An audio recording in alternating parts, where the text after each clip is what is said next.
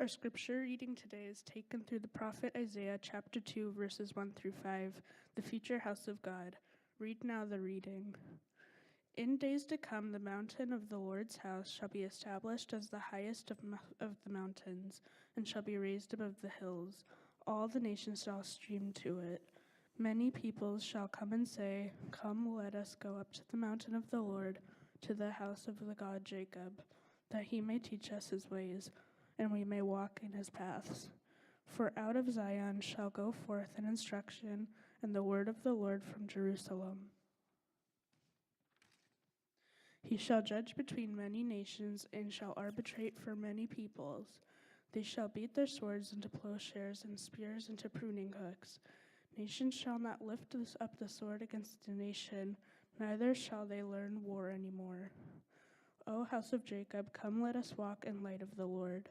This is the word of God. Thanks be to God. Please be seated. Thank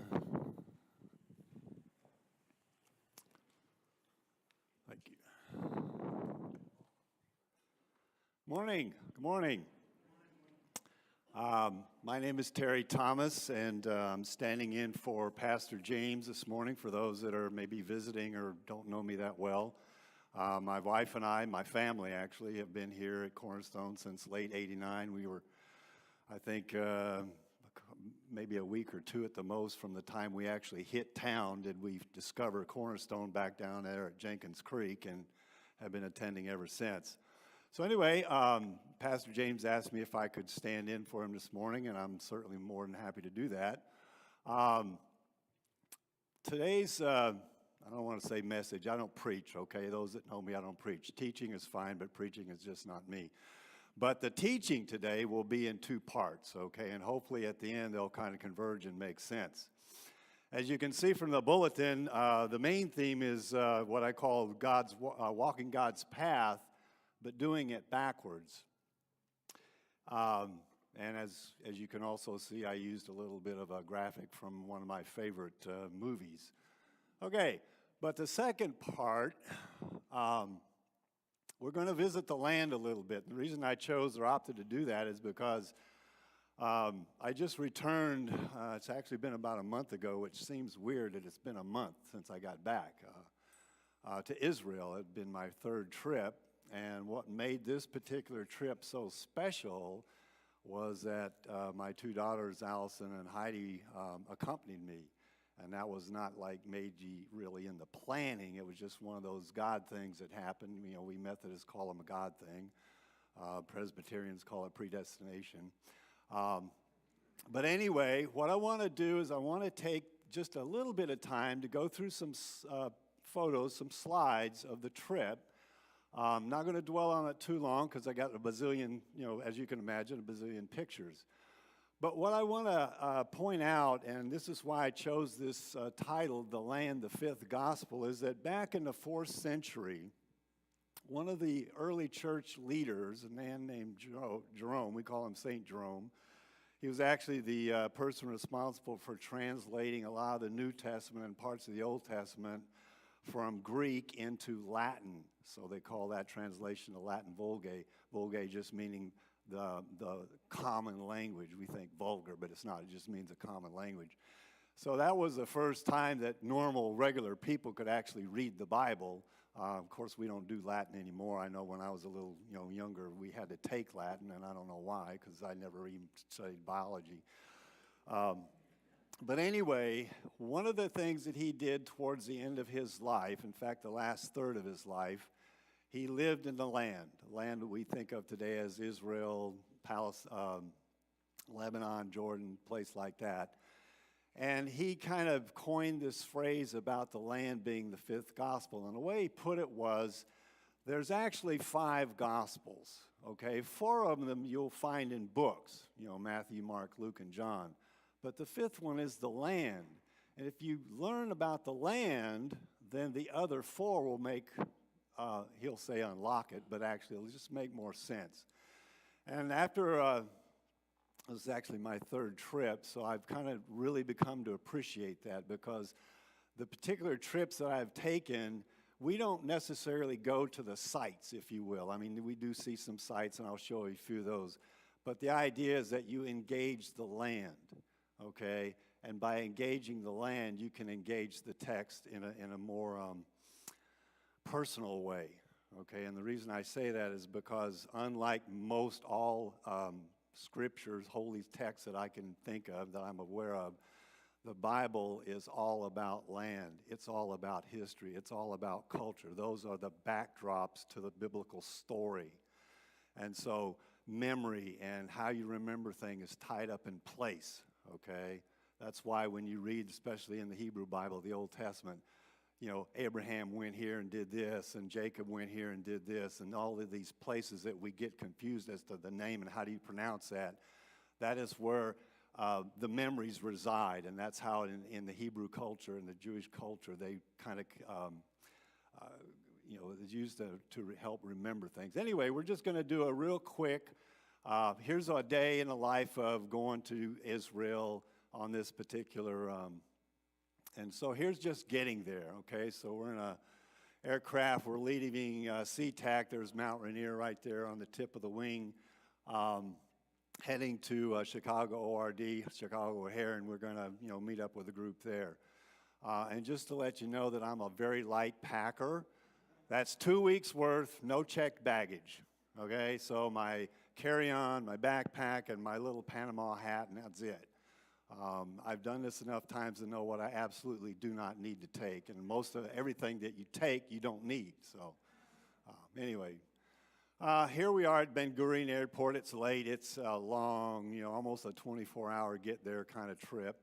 Ben Gurion is actually quite a very upscale, very modern airport, but not a whole lot of people because not that many people go there, but very, very tight security. Here we are getting on the bus. Again, it's late. We're just heading to a hotel. We don't really know where it's going to be. We're not going to be there other than just to get some sleep and then get up and book out in the next morning. So the start of a typical day, okay? We're here. This particular hotel was on the Dead Sea. We got up between 5 and 5:30, kind of depending upon what the day was going to be about and how much preparation. You know, some people got up a little earlier, some people got a little later, but I was usually up between 5:30. Buffet breakfast. In fact, all the meals in Israel and hotels are typically buffet style, and it's really very, very good food. I've never been disappointed. We have a morning devotional, so this is the group when we all gather around somewhere and have a morning devotional. Lasts about 10 minutes, and then the next thing you know, we're on the bus. Okay, now, the deal is we don't know where we're going. We're getting on the bus. We don't have a clue where we're going. Okay, there is no itinerary for the day per se. Okay,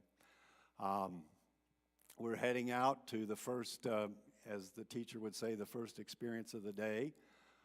We get there. We just pulled off the side of the road, and he'll say, "Okay, this experience is a 2-bottle experience, or this experience is a 3 or 4 bottle," and that's all you know. Okay, you don't know, well, we're going to go over here to do this, or we're going to go over here to do that. It's basically get off the bus, gear up, and then he'll say, "Follow me, please." Okay, so you can see we're just heading back to Nowheresville. Okay, there's nothing out there. It's just a wadi, a dry river bed or dry creek bed with some hills around it. Okay. And you can see we get stretched out pretty far because people all, you know, walk at different paces. And then he'll just say, "Stop." Now, the person here on the far left is Brad Gray. He was the teacher. He was the leader. I went with him several years ago in Turkey. He's a fantastic teacher and a fantastic group leader. And you don't always get those two combinations in the same person. You know, you can have a person that's really good teacher but can't lead a group. He's actually able to do both because sometimes it's like herding cats. So here, and again, we're just at a dry riverbed, nothing in particular, no site, no archaeological dig, no nothing. You know, we're not at the Church of the Holy Sepulchre or anything like that. But the idea is to engage the land, and the best way to do that is just get away from everything and take copious notes, you know, which If anybody knows my daughters, Allison and Heidi, who just happened to surprise me earlier by walking in, that's them.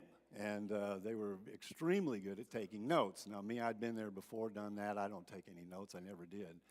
I barely made it through college without taking notes. But anyway, but each lesson, at the culmination, and I need to stress this, at the culmination of each lesson, you know why you're there, even though it's Nowhereville. You know, you're in no person's land, but you know why you're there because there's something about that teaching that ties into that particular, if not that spot, that type of terrain. Okay, does that make sense?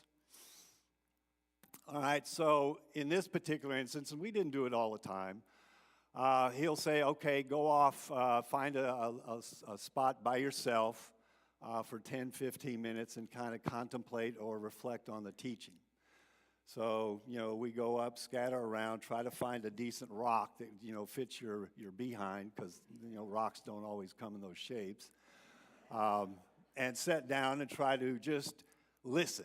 And, of course, when you're out in this kind of a deserty area, when you're out there listening, you hear the wind, you hear other sounds. And in this particular case, we just happened to have a herd of goats up there. So we could hear some of that going on. In fact, you really can't tell, but there's actually a young boy riding a white donkey up there in the middle of that herd of goats. And then after a certain appropriate amount of time, you come back. So everybody comes back from their little secluded spot.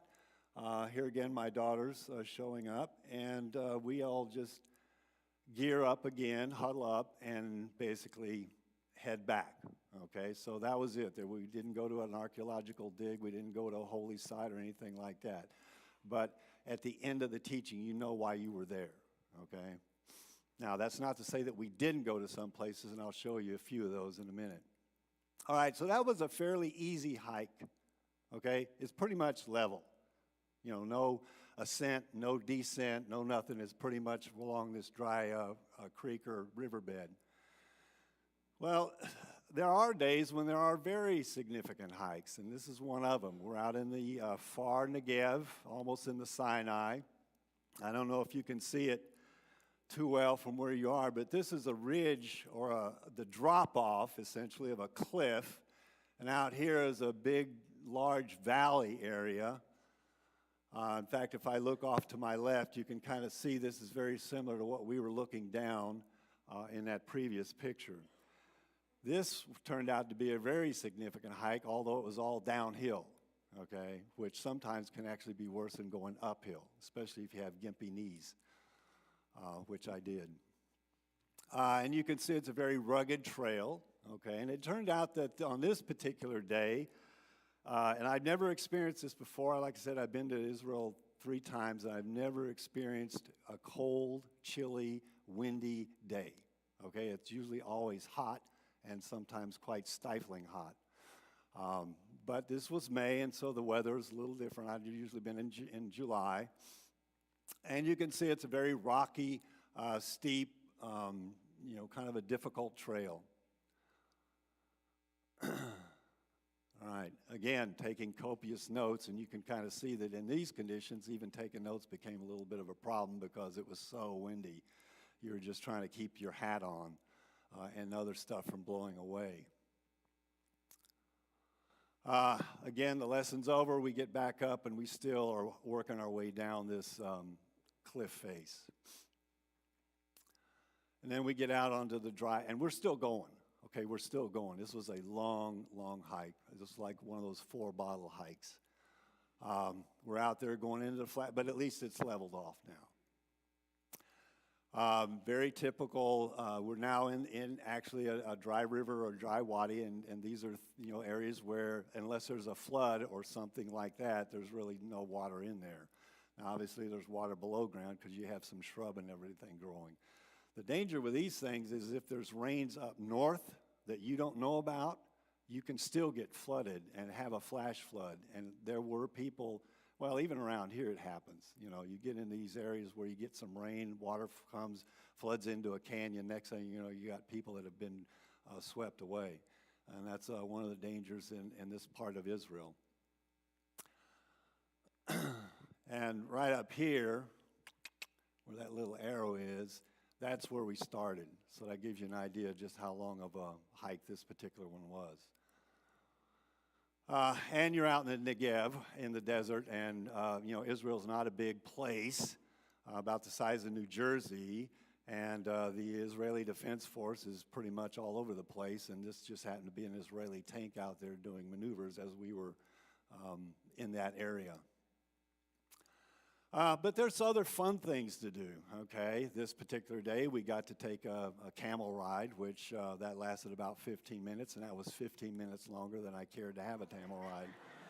I mean, it has got to be the most uncomfortable ride I've ever been on. You know, I mean, it's just like, and I was doing the back seat. I had the back seat. I don't know what it was like on the front seat, but I had the back seat, and it was miserable.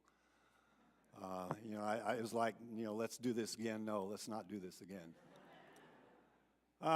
Here we are in a place where we're getting kind of a lesson on Bedouin hospitality.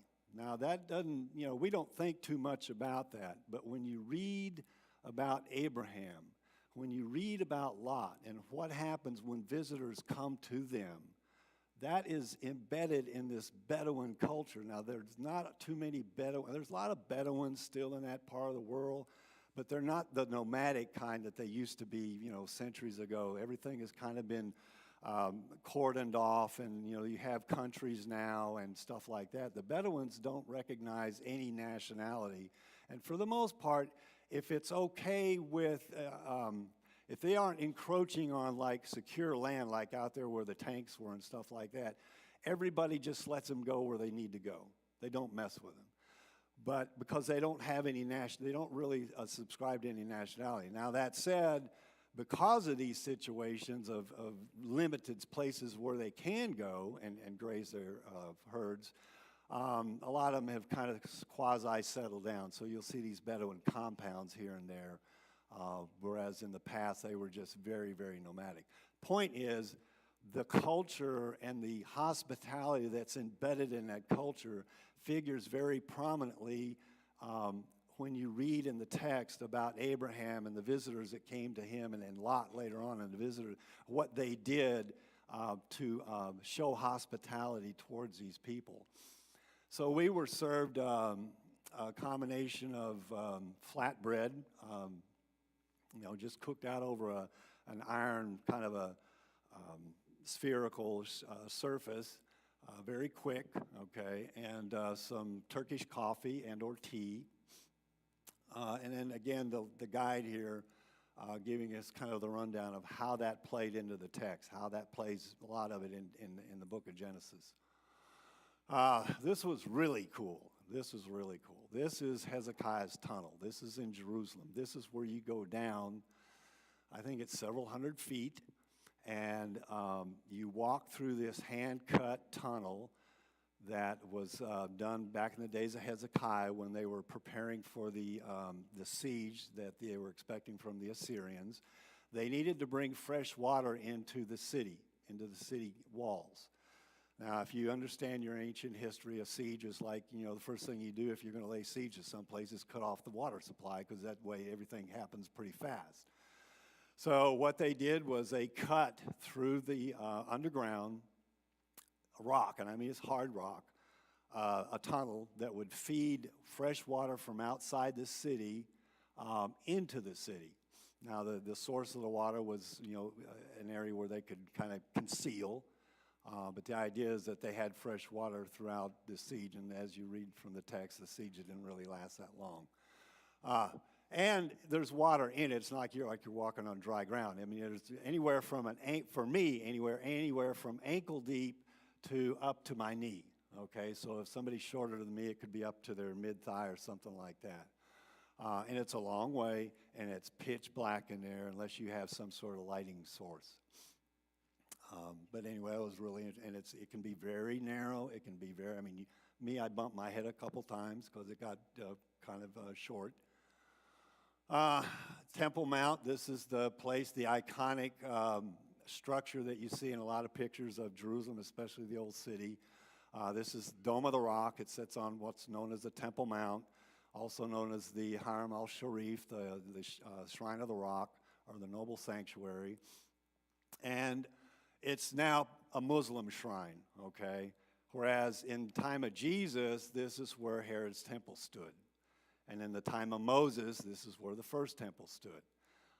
But that was all destroyed in 70 AD. The Romans came in, they'd had it with the Jews, and they just tore everything apart, okay? And they destroyed and razed the temple. And then later on, several hundred years later on, the Muslims built this shrine.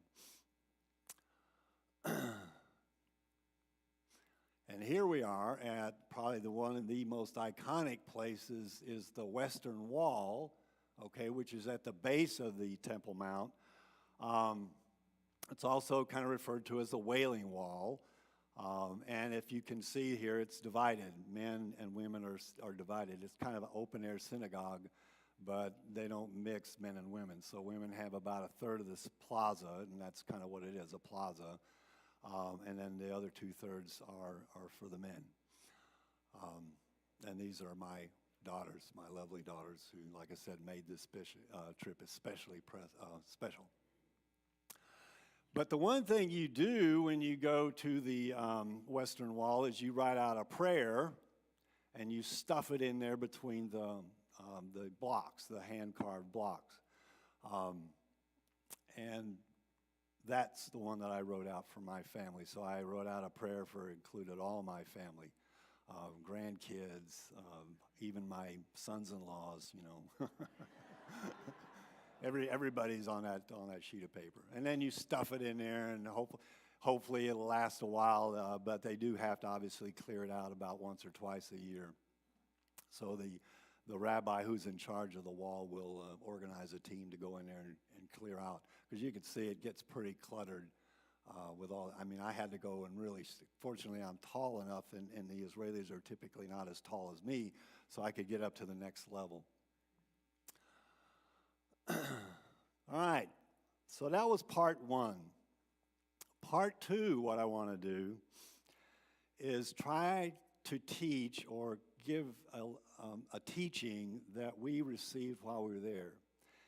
And it was one of those teachings where, like I said, it wasn't at some familiar site. But for me, at that time, it was like, okay, this is a God thing. Okay, I needed this teaching at that particular point in time, and I may share that in a little bit. But you'll notice that, again, I'm using the Back to the Future. Do you see anything wrong with this graphic? Into, hey, far out, look at there. In case nobody didn't notice, that was my cue to, into, because it's actually back to the future.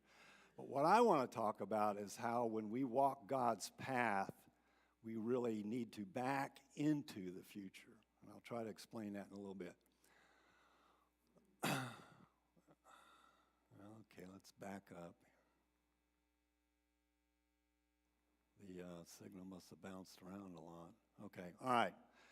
This particular trip, this hike, begins at the base of a place called Mount Arbel, and it's probably it's really the only geologically distinct formations around the Sea of Galilee. The Sea of Galilee is, surrounded by hills, what we would call hills. In your Bible, a lot of times it refers to them as mountains, but hills. But for the most part, they're rounded hills, okay, just hills. Mount Arbel is actually a cliff face, at least on this particular part of it, and it's very noticeable in terms of being very distinctly different than the other terrain around the Sea of Galilee. And so right off to my left here would be the Sea of Galilee, okay, and the Sea of Galilee is actually not, again, we have a misnomer there. We would think of it, well, it's a fairly sized lake, but it's not a sea, okay? It's a lake, a big lake. The interesting thing about it is it sets about 700 feet below sea level, okay? So a little bit farther to the west is the Mediterranean, okay, not that far actually to the west, which, if we say, so now we're at 700 feet below sea level. Where did Jesus do most of his teaching? In and around the Sea of Galilee. Now, no microphones, okay, none of this. No speakers, no nothing. 700 feet below sea level, sound travels really well, okay, because you have a more dense atmosphere, all right, higher pressure. And in fact, a lot of times, but there were times when Jesus went out on a boat and then spoke to the people on the shore. Why? Because the sound carries really well, okay? All right, so we're walking back along the north face of Mount Arbel, and we're just snaking through, again, kind of what was a dry river bed, dry creek bed, and you can see kind of that snaky path. And again, nobody's told us where we're going to go. We just have been told how many bottles we need to take because that'll give us an indication of how long it will be before we get back to the bus. And then we stop. And here's the deal. It's a nondescript place. And again, it doesn't even have decent rocks to sit on, okay? So the few people that found a decent rock to sit on, maybe this gentleman right here, I can see he's got a nice rock, but everybody else is, and maybe him, but everybody else is just making do with whatever, okay? So Brad being this gentleman right here was the teacher, Brad Gray, begins to talk to us about something that the text is in. But I need to back up just a sec, though, and give us a little bit of Hebrew 101. And I want to qualify this by saying I don't speak Hebrew, okay? I don't really know. What I'm talking to you about is what I picked up over time, what's been talked to me or taught to me about the language.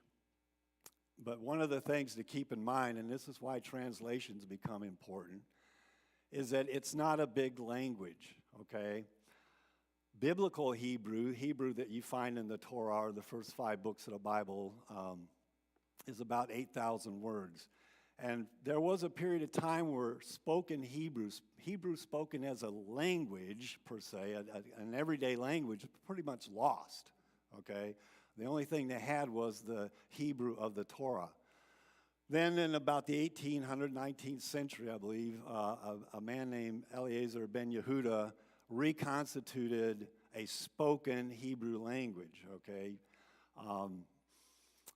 But the language itself is not very big, 45,000 words plus some simple phrase combinations, stuff like that. As opposed to a language like ours, English, where you've got over 400,000 words and or simple phrases. In fact, I was watching something the other day where they add about 1,000 words every year anyway. That's why they have to keep updating the dictionaries.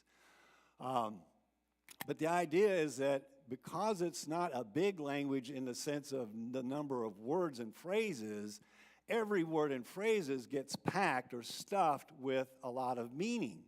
And so context becomes the main thing that you're trying to sort out. Well, how do I translate this word, which has several meanings to it? Okay, what is the context that will guide me? It's also a verb-based language as opposed to our language, which is a noun-based language. I'll try to show you that in a minute. Okay, so for example, the Hebrew word yada, okay? We heard that a lot over this trip because yada means to know, but it doesn't mean to know just in what we normally think of in the Western culture of knowing something by virtue of comprehending it or understanding it in just an abstract way. Yada in the Hebrew, even though it has that meaning, also has a more intent meaning of to know it experientially. So when you yada something, you just didn't necessarily read about it in a book. You experienced it in some fashion. That's why this particular trip is so focused on experiencing the land. They want you to know the land by virtue of experiencing it, not just reading it out of a textbook. Does that make sense?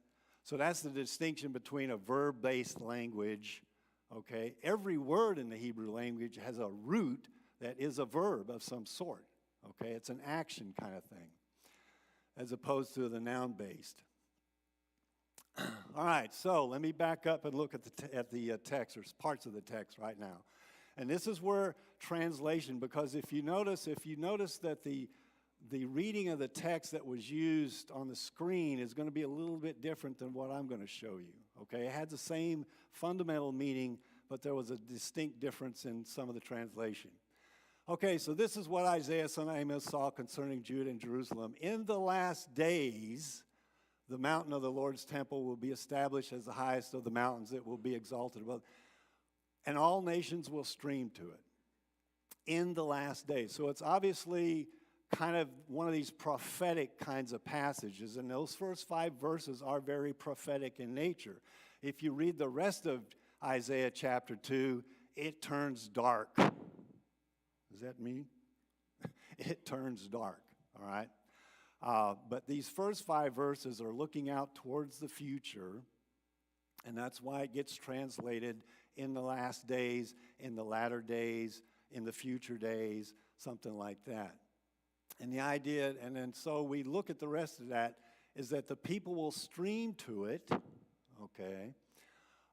So the idea is everybody's going up to Jerusalem. And the words mountain and kingdoms and things like that in a prophetic kind of sense are usually referring to other kingdoms, other empires, other nations, things like that. It's just a metaphor that gets used oftentimes in prophetic writing. And then in verse 3, he will teach us his ways so that we may walk in his paths. In verse 5, come, descendants of Jacob, let us walk in the light of the Lord. So the idea, streaming up to Jerusalem, walking in his paths, walking in the light of the Lord. The idea is that there's this movement going on, okay, towards God's, well, they would just automatically assume we're going to Jerusalem. We're going to God's temple. That's why I just put this artist's rendition of what the temple may have looked like back in the day of Herod, or actually in the day of Jesus. But I want to focus on this. In the last days, okay? The word that gets translated last days, future days, latter days, is the word aharit, right here. But it has a meaning that has not a lot to do with latter. In fact, it actually means afterward, backwards, or behind, okay? So when we translate it as latter days, we're thinking of future, but the literal meaning of the word actually has more of a connotation towards the past, okay? The behind days, if you will. So what I want to do is use this analogy of a rowboat. I'm going to go through this little bit of a dialogue between this gentleman in the rowboat, me, and this ethereal character in the other rowboat who's going to be exchanging some conversation. How many rowboats, okay? Anybody rowed a rowboat? Okay, all right, so you'll follow me. And again, with any analogy, if you stretch it too far, it breaks down, so don't go too far with this, okay? Just stay at very high level. All right. The Hebrew concept of time is like when you're rowing a rowboat, okay? You see where you have been, okay? So I'm in this rowboat and I'm doing this, okay? So I've seen where I've been. Am I seeing where I'm going? No, okay? The past, but you back into the future. Your back is into the future. And it's entirely unknown to you because it's behind you. Now, see, you're moving forward, but the future is behind you. Does that make, am I talking sense here? Okay. It sounds very Zen to me. Anyway, so certainly sound, and this gentleman's exactly, we're on the same wavelength right now. You're talking silly. Well, let me say this. Let me try to explain. In the Hebrew Bible, the word remember, zakar, is used 181 times. And that's just in the Old Testament, okay? And a lot of times it's used in those passages where God is calling the Israelites to remember something, okay? Remember, remember, remember. And he wants them to remember, if you read these passages, always referring back to the Exodus, the time that he took the Israelites out of Egypt, the time that he guided them through the desert, the 40 years of wandering, the daily feeding of the manna, the waters from the rock, all of these things. And all of these reminders of God's faithfulness to the Israelites in spite of what? their unfaithfulness, okay? Because how many times did the Israelites rebel? All right, so the idea is that the zakar, the word, it also means don't forget. It's not just remember, but here's the verb part of it. Don't forget, okay? So isn't that what something like a rear view mirror is for, okay? Like if I'm going to row this boat this way, maybe I need a rear view mirror so I can see towards me, okay? To let you see where you've been. And of course, when we drive vehicles, that's kind of what we use our rear view mirrors for. But the problem with a rear view mirror is that what? You get a very limited field of view. You know, you really don't see a whole lot. And in this case, you get a very limited field of view of the past. It's only when you're facing backward that you can clearly see everywhere that it was that God had been at work in your life. Okay, does that make sense? Okay, I cannot necessarily see the future. It's unknown to me. It's confusing. It's very nebulous. I might be able to, look right or left and see the present, but even the present is still not very clear because second by second, you really don't know what's going to happen. I was walking out of Home Depot a couple months ago on my way to the car. Everything's normal, and all of a sudden I got this, high-rise pickup truck headed at me, okay? And I doubt the guy even saw me. And just in a split second, I literally had to push off the front of that hood and out of the way because I'm sitting there thinking, he sees me. No, he doesn't see me, And it was just that split second that it took for me to get out of the way because I would have been under one of those knobby wheels real quick. And given the fact that I don't weigh as much as that truck, I'd probably been squished. So it's only when we look back, that we can actually see where and when and how God has been working in our lives. Well, how do I look towards the future then? And I've kind of already alluded to this, all right? The Bible teaches us that we are to walk by faith, not by sight. And then we turn our heads to the right or left. Yea, verily, we can see the present, where we are right now. But even then, it's not very clear. We can see what's over here, but not simultaneously with what's over there, okay? And if you're always turning your head even more, after a while, you get what? You get a stiff neck. You really just cannot do that. And it becomes disorienting, which means what? If you're trying to row a boat and you're constantly looking back over your shoulder, are you able to stay on course?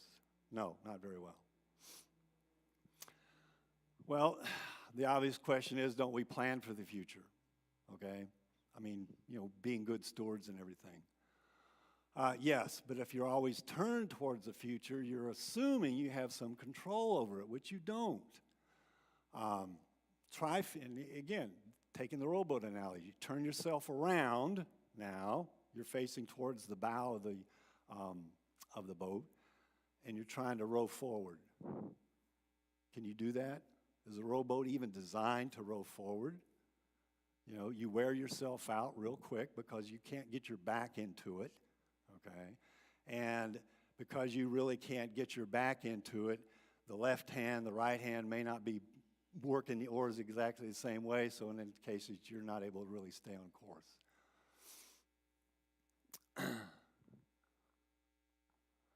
All right, so am I supposed to live just in the here and now?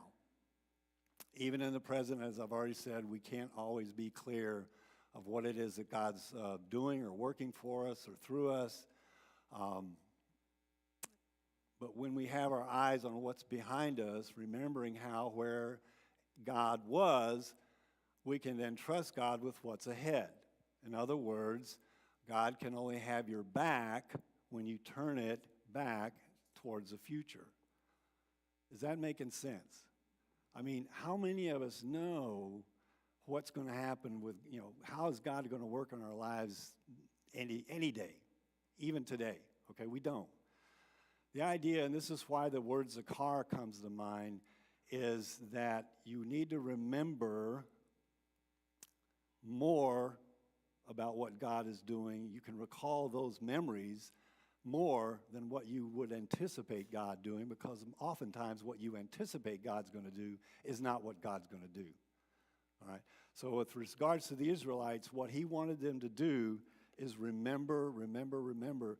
Don't forget. Don't forget what I've done. Therefore, you will know as you go forward, looking back at what I've done, I've got your back. Okay? Trust me, I have your back. You walk by faith, not by sight. And you're back into the future. All right, well, that begs a question. Okay, this is me. I'm 70 years old. I have much to look back on. Yea, verily, I do that. But what about my children, and even more so, what about my grandchildren? How do we prepare them, okay, to see what God is doing in their past when they really have no past of any significance, okay? If they're only 20, 15, 20, 30, and I'm 70, well, I got a big lead on them as far as how many instances I can point to where God has been in my life, okay? So what do you do? Any guesses? What do? You tell your story. And this, again, is one of those biblical themes. Tell your story. What did Jesus tell this guy who was demon-possessed, okay, who wanted to go with Jesus, be a disciple? I want to go with you, okay? And what did Jesus say? He said, no, go back and tell what God has done for you. Basically, go back and tell your story. So when Jesus shows up the next time at the same place, that's where he fed the 4,000. So the guy obviously told his story, which means he was actually more effective staying back where he was than joining Jesus and his other disciples. Okay, so it still sounds backwards to me, or Zen-like, so let me think on it for a while, and I'm hopefully that's what y'all will do when we're done here. But, again, if we recall, didn't Jesus say, don't worry about what? Tomorrow, okay? Because he says tomorrow has its own problems, just deal with today. Okay, yes, he did. Okay, we're going to wrap up. Hopefully this will kind of converge these two parts of this particular teaching. Just a short video. We'll be done here really quick. But I stitched together some video clips. One of the people on the trip, one of the members of the trip, was actually doing some videotaping, but he had a drone, a really cool drone. It took us a day or two before we quit following the drone around, and focused on what was going on with us. But anyway, he posted some short video clips on Dropbox, and I picked them up and stitched them together and laid down a music track, one of my favorite. In fact, I'll ask you what it came from later. Okay, so let's see what we got here.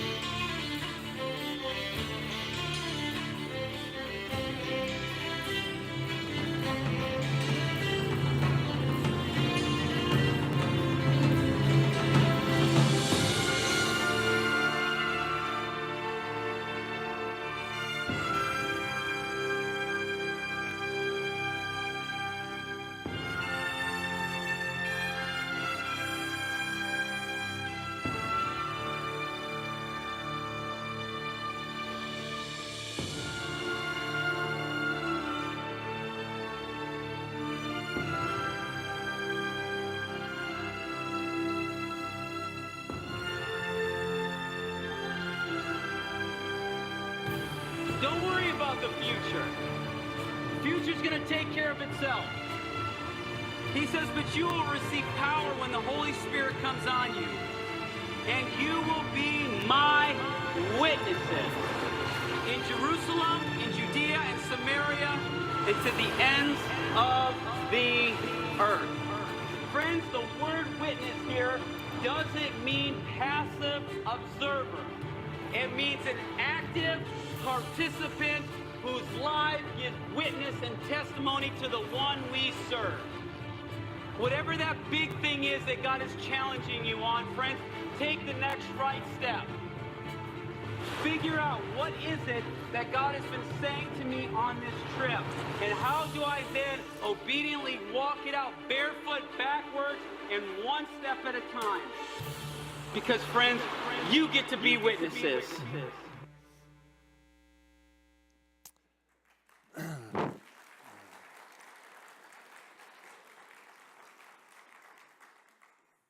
So you can see from that video clip that for the most part we were out in the boondocks, okay? There were a couple days when we were in Jerusalem towards the end where we did see some of the more typical sites, you know, Church of the Holy Sepulchre, Garden of Gethsemane, or Mount of Olives. Garden of Gethsemane, there is no such thing, okay? It's Gethsemane or a garden. It's not the Garden of Gethsemane, but the Mount of Olives.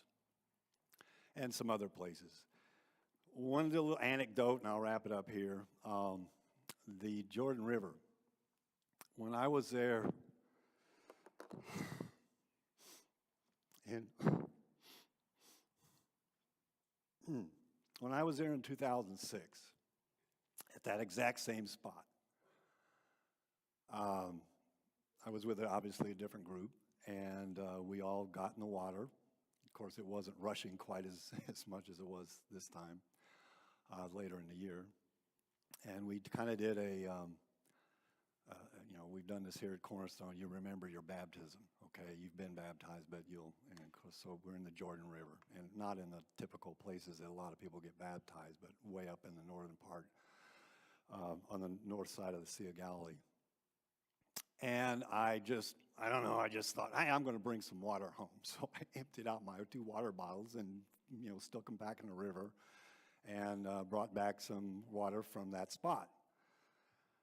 Well, in 2011, yes? Yeah. Our daughters, Heidi and Allison, kind of put together this event. And we had to do it at this particular time. And I won't get into why, but it had to be at this particular time. And all of us, Heidi, Allison, all the grandkids,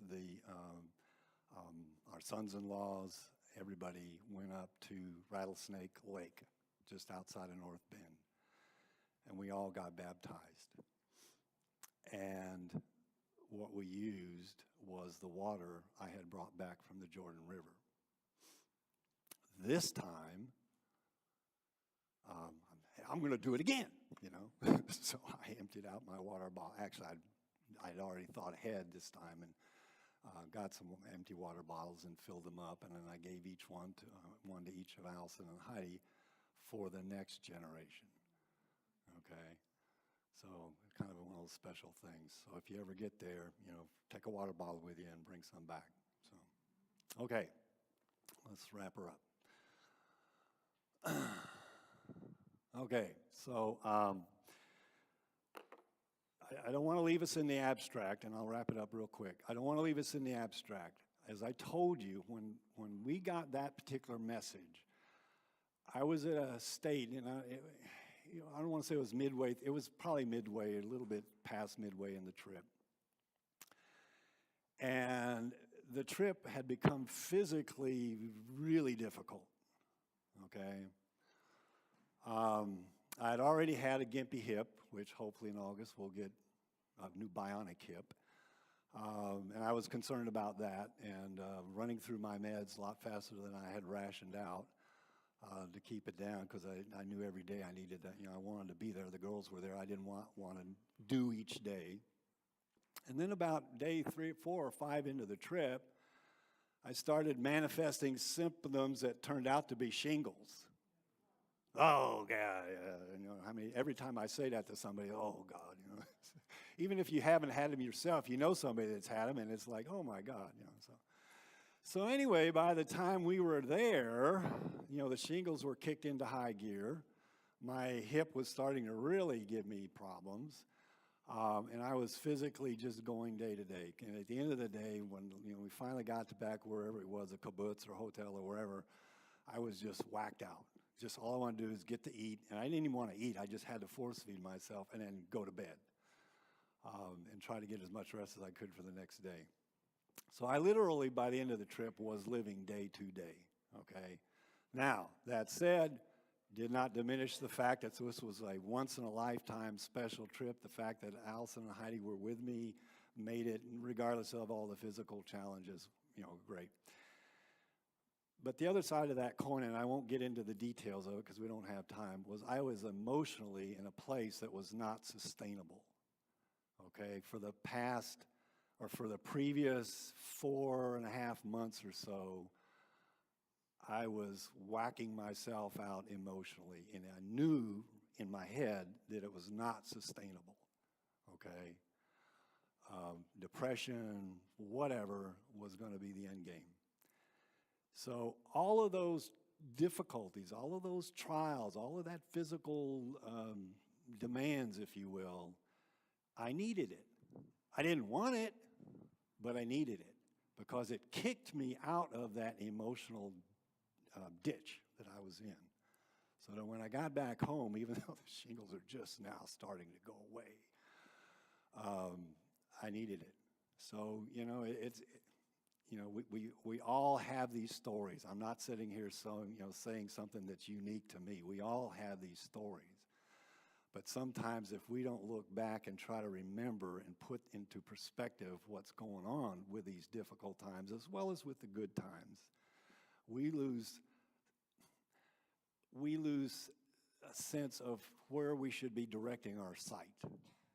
Our sight should not always be what's in front of us, but what's been behind us, okay? And I think this is what God was trying to get the Israelites to remember.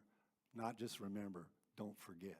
Don't forget everything that I've done for you throughout all of these difficult times, how I've remained faithful to you through all these difficult times, in spite of my own unfaithfulness.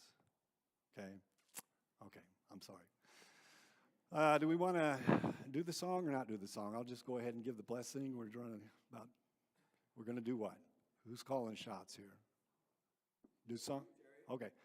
Well, I ran over by 10 minutes, so I'll just do the blessing, okay? And since we've been to Israel, what I'm going to do is, and I don't speak Hebrew, but I have committed a few things to memory, as Allison and Heidi can attest, because they had to learn something every day, every evening that we recited, but this will be a little different. So I'm not speaking in tongues, but it'll be clear in a minute. Okay. Yivarecha Adonai ve'yishmerecha. Ye'er Adonai panav elecha ve'chonecha. Yisa Adonai panav elecha ve'yasem lecha shalom. May the Lord bless you and keep you. May the Lord make his face to shine upon you and be gracious to you. And may the Lord turn his face toward you and give you peace. B'Hashem Yeshua HaMashiach. In the name of Jesus, the Anointed. Amen.